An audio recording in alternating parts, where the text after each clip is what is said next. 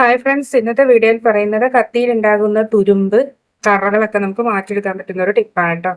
അപ്പൊ അതിൽ ആദ്യത്തെ ടിപ്പ് എന്ന് പറയുന്നത് നമുക്ക് കുറച്ച് വെളിച്ചെണ്ണ ജസ്റ്റ് ഒന്ന് കത്തിയിൽ തേച്ച് കൊടുക്കുക. കത്തി നന്നായി ഒന്ന് കഴുകിയതിന് ശേഷം ഒന്ന് തുടച്ചെടുക്കാം കേട്ടോ.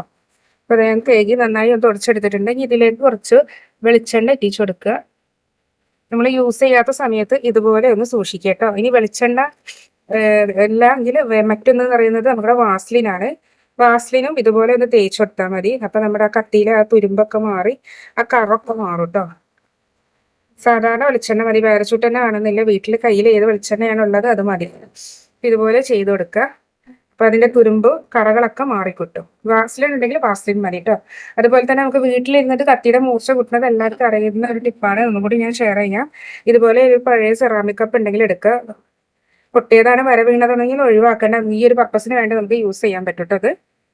അടുത്തതെന്ന് പറയുന്നത് നമ്മുടെ കുറച്ച് പൊടിയുപ്പാണ്. കുറച്ച് പൊടിയുപ്പ് നമുക്ക് അതൊന്ന് എടുക്കാം. ഇതുപോലെ ഒന്ന് സ്പ്രെഡ് ചെയ്ത് കൊടുക്കാം. വേണമെങ്കിൽ നമുക്ക് ഇത്തിരി കോൾഗേറ്റ് വേണമെങ്കിൽ യൂസ് ചെയ്യാം കേട്ടോ. കോൾഗേറ്റോ ഏത് പേസ്റ്റ് വേണമെങ്കിലും യൂസ് ചെയ്യാം. കുറച്ച് പേസ്റ്റ് വേണമെങ്കിൽ നമുക്കിതാ മൂർച്ച കൂട്ടാനാണെങ്കിൽ ജസ്റ്റ് ഈ ഒരു ഭാഗത്ത് നമ്മളൊന്ന് ചെയ്ത് കൊടുക്കാം. അതിനുശേഷം ഇതുപോലെ രണ്ട് സൈഡും ആക്കി വെച്ച് കൊടുക്കുക. ഈ ഒരു ടിപ്പ് വർക്കൗട്ട് ആണ് കേട്ടോ. നിങ്ങളൊന്ന് ചെയ്ത് നോക്കുക. വീട്ടിലിരുന്ന സാധാരണ കത്തികളൊക്കെ മൂർച്ച കൂട്ടാൻ വേണ്ടിയിട്ട് നമുക്ക് ഇതുപോലെ ചെയ്തെടുക്കാം കേട്ടോ. സാധാരണ മൂർച്ച കിട്ടുന്ന പോലെ കല്ലിൽ വരുതുന്ന പോലെ നല്ല പതിയെ ഇതുപോലെ ഒന്ന് ഒരുതി കൊടുക്കുക ഈ രണ്ട് സൈഡും.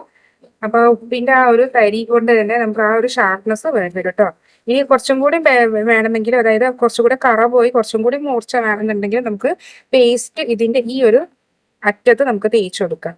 അതിനുശേഷം ഇതുപോലെ ചെയ്തു കൊടുക്കാം. അപ്പൊ വീട്ടിലെ കത്തിയൊക്കെ ഉണ്ടെങ്കിൽ വെറുതെ ഇരിക്കുന്ന സമയത്ത് ഇതുപോലെ ചെയ്ത് കൊടുക്കുക. അതുപോലെ തന്നെ നമ്മുടെ നെയിൽ കട്ടറും നമുക്ക് ഇതുപോലെ ചെയ്ത് കൊടുക്കട്ടെ. നെയിൽ കട്ടർ ഇതിൽ വെച്ച് ജസ്റ്റ് ഒന്ന് കട്ട് ചെയ്ത് കൊടുക്കുക. ജസ്റ്റ് നമ്മൾ നഖം കട്ട് ചെയ്യുന്ന പോലെ തന്നെ ഇത് വെച്ച് ജസ്റ്റ് ഒന്ന് ഇങ്ങനെ ഇതുപോലെ കട്ട് ചെയ്ത് വെച്ച് കൊടുക്കാം. അങ്ങനെ ചെയ്യുമ്പോഴും നെയിൽ കട്ടറിനും മൂർച്ച കൂടും കേട്ടോ. അപ്പൊ മൂർച്ച കൂടാത്ത മറ്റെന്തെങ്കിലും കാര്യങ്ങൾ ഉണ്ടെങ്കിൽ ഇതുപോലെ ഒന്ന് ചെയ്ത് കൊടുക്കുക.